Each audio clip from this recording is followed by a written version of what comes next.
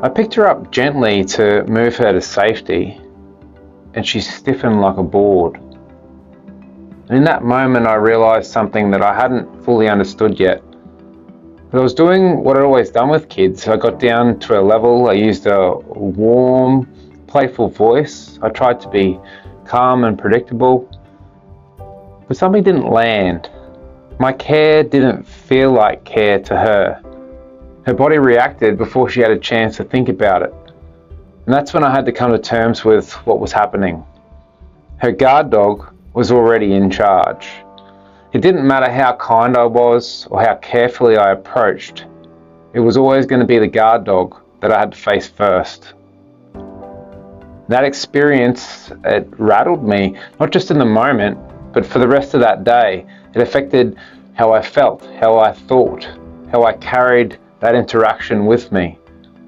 And of course, I shared about my experience with trusted people, my supervisor, my team leader, my colleagues.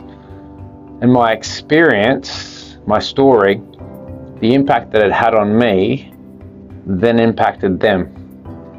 Because trauma doesn't stay inside the child, it moves outwards into relationships, into teams, and into the whole system around the child.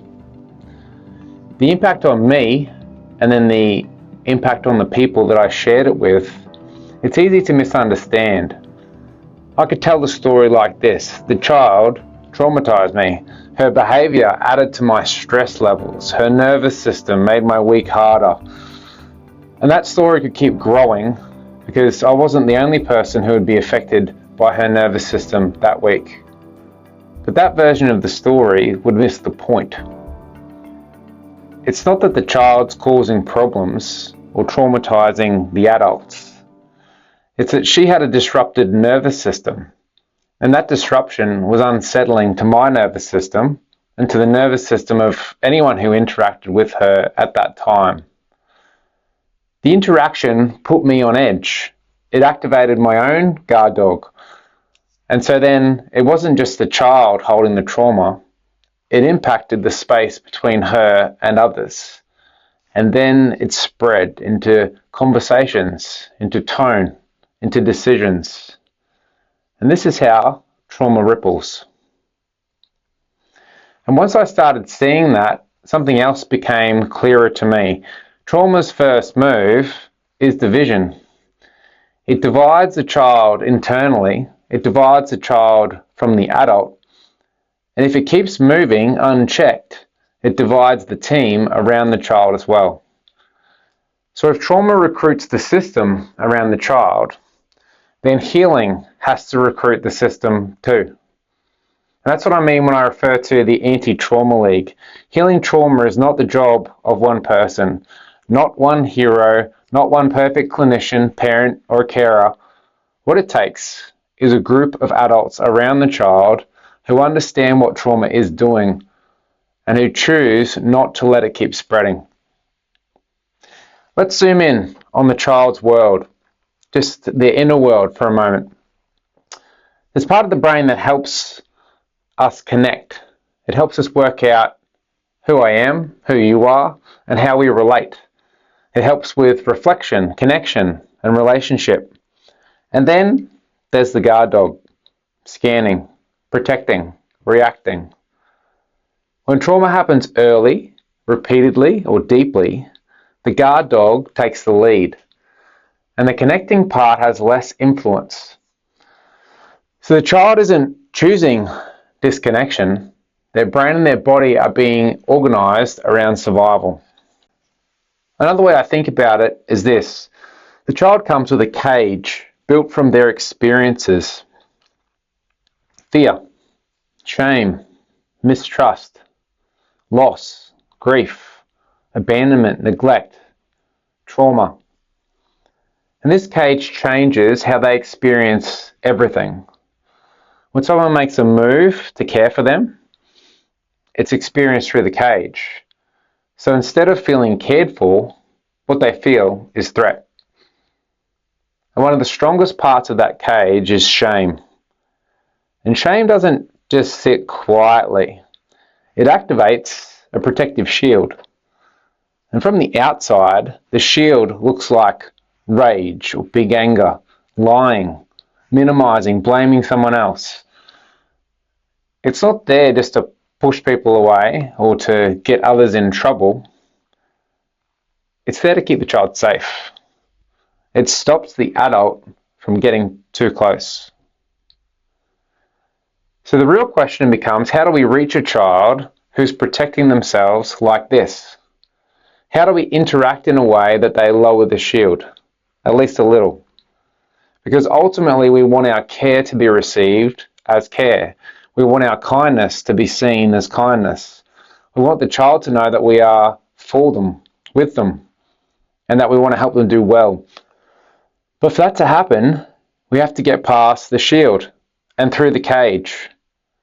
It's not easy, but there is a way. Trauma keeps spreading until someone pauses, until someone steps back, until someone sees the child behind the guard dog. And this is where the way that we show up matters so much. Curiosity, empathy, acceptance, a little bit of playfulness, not forced, not rushed, not performative, but steady enough for the child to lower the shield. So we don't have to push against it. And that's how we begin to reach the child's heart and their mind. And this is also where the adults around the child need support. Because when care doesn't seem to land, people don't immediately stop caring, but they do get tired. It becomes hard to see the impact of what they're doing. It becomes hard to stay hopeful when the feedback loop is weak. And over time, that uncertainty wears on us. And that's why we don't just need more caring adults. We need containing systems. If trauma can ripple outwards, then so can calm. A steady adult changes the space. A steady team changes the experience. And when a group of adults hold steadiness together, something powerful begins to happen. Because calm is contagious too. Things start to shift when the adults in a child's world see themselves as part of a team, ultimately working together to support healing and help the child reach their potential. This is the Anti-Trauma League. When the team around the child can hold steady enough, long enough, the child can begin to experience something different. Not more panic, not more confusion, not more division, but calm, containment, connection, and ultimately felt safety. Now, trauma isn't random. It has patterns, and I think of them as tactics. And if you don't understand the tactics, you get pulled into them. Tactic number one is fear. Fear keeps the whole system on edge. A child walks into the room and scans every tone, every movement, every face. Nothing feels neutral. And without awareness, adults can start scanning too. The second tactic is shame. Shame turns the struggle inward. A child makes a mistake, and instead of thinking, I did something wrong, they feel, I am the problem. And that shame then hides behind self-protection. The third tactic is division. Division is trauma's first move. It splits the child from themselves, the child from the adult, and teams from each other. And once people are divided, it's easier for trauma to win. The fourth tactic is confusion. Confusion often gets in the way of progress and healing. One moment the child seeks closeness, the next moment they push you away. Adults start second-guessing themselves, and teams start losing confidence.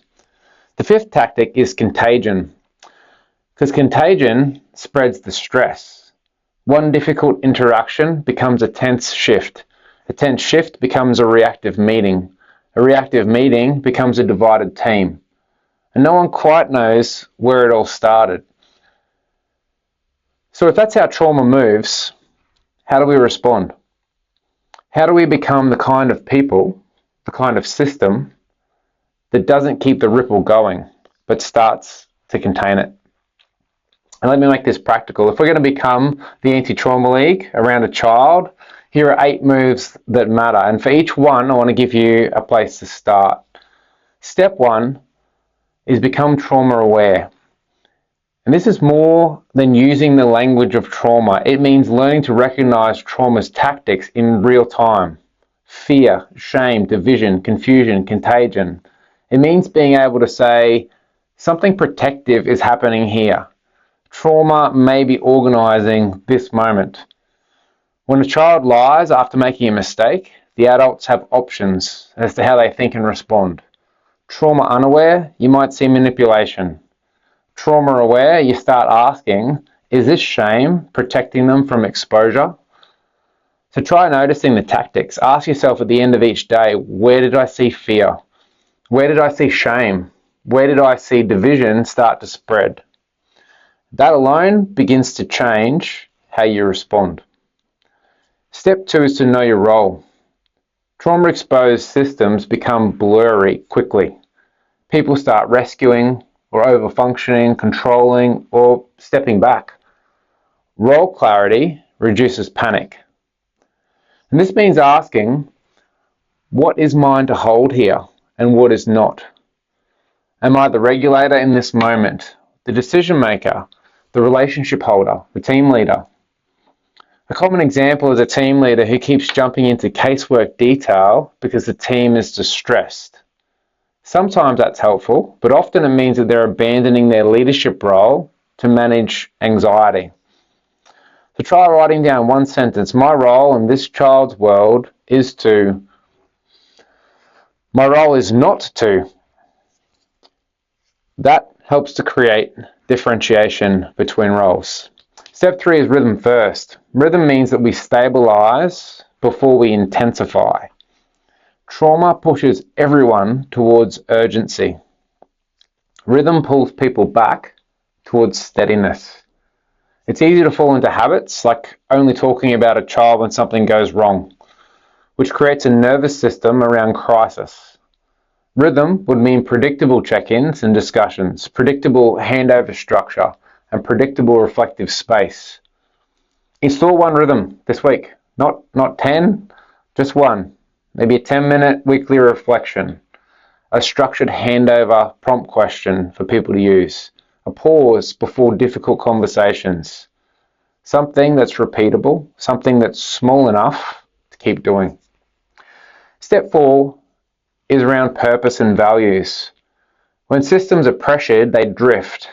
Purpose and values stop the drift. They help people remember who they're aspiring to be, especially when the work is hard. Sometimes operational pressures can lead to thoughts or conversations about it not being worth it, or too much time on paperwork, not sure if this is a career for me. Reconnecting with the core reasons that we started this work and the key values that we hold close help to sustain our energy and our focus. When you notice your thoughts drifting, ask yourself, what's the core reason that I chose this kind of work? And what kind of person do I want the child to experience me as? Or for a team, what do we want to be known for under pressure? Write down 3 top values and use plain language, not corporate policy language, real words. Step 5 is having a clear mission. Mission answers the question, what are we trying to create here? Without that, the system becomes problem-focused and incident-led. A practical example is a team whose unspoken mission has become avoid another escalation. That's understandable, but it's too small. A better mission might be create enough steadiness, safety, and relational consistency so that this child can begin to trust care. And that changes decisions. So you can try this as a focus point. Our mission with this child or family or team over the next 90 days is to keep it specific, keep it developmentally appropriate, keep it bigger than incident reduction alone. Step 6 is build teams. Healing is carried by teams, not by isolated effort. From my perspective, there are three levels of team that matter. The team that sustains the leader, the team that the leader leads, and the team around each child. And often frontline workers carry the emotional weight alone without enough support, reflection, or backup. That's not sustainable containment, that's exposure. One move is to map the people around the child. Who is calming? Who is consistent? Who needs support? And then ask what's missing in this team around the child. More coordination, more reflection, more clarity, more relational consistency. Step 7 is alignment. And alignment means that the adults are not pulling in opposite directions, using similar language, similar broad approach, a similar understanding of the child. Because what often happens in systems is misalignment. One adult using curiosity and connection while another uses threat and shame. The child then experiences a fragmented system which reinforces mistrust and confusion. One thing that can be done is to work towards agreeing on 3 shared statements across the team. What are we seeing? How are we understanding it? And how do we want to respond? Having those conversations and asking those questions can reduce huge amounts of splitting and friction. Step 8 is sustainability, which means that we keep doing the good things long enough for it to matter. Trauma changes systems through repetition. Healing does too. Often teams start well with a high level of enthusiasm for the plan that's on paper. It's maintained for a couple of good weeks and then abandoned when something goes wrong or pressure rises. The child experiences that as more inconsistency. So one thing we can do is ask, what can we realistically sustain? Not what sounds impressive, not just a great plan on paper, but what can actually hold for the next month. Sustainability grows from repeatable actions. And this is also where repair matters. Sustainability doesn't mean perfection. It means that we come back together, we return, we reset, and we keep going. The traumatized child's brain needs leadership. The guard dog can't be left running everything. The connecting system needs support to come back online. And the same is true of the system around the child. The system needs a prefrontal cortex. It needs people who can think, reflect, and guide under pressure. And it needs an integrator, someone or a group of people who could hold the whole picture and keep the parts connected. That's what trauma transforming leadership is all about. That's what a containing system is. That's what the Anti-Trauma League is. Not just caring people, but people who can hold steady when things are not steady. People who don't get pulled into the ripple, but can change its direction.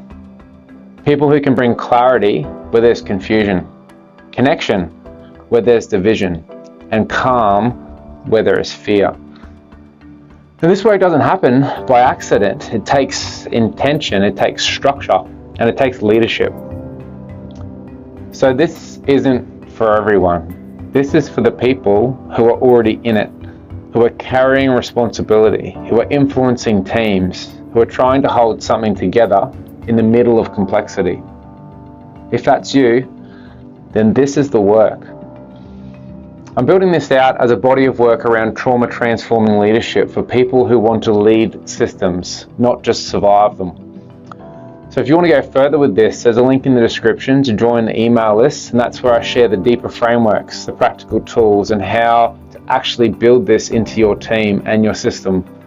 And if you want a clear place to start, I've also linked my book below. It walks through this in a structured, practical way and gives you something that you can begin applying straight away. This is the work of becoming a trauma transforming leader. This is the work of becoming a containing system. This is the work of the Anti-Trauma League.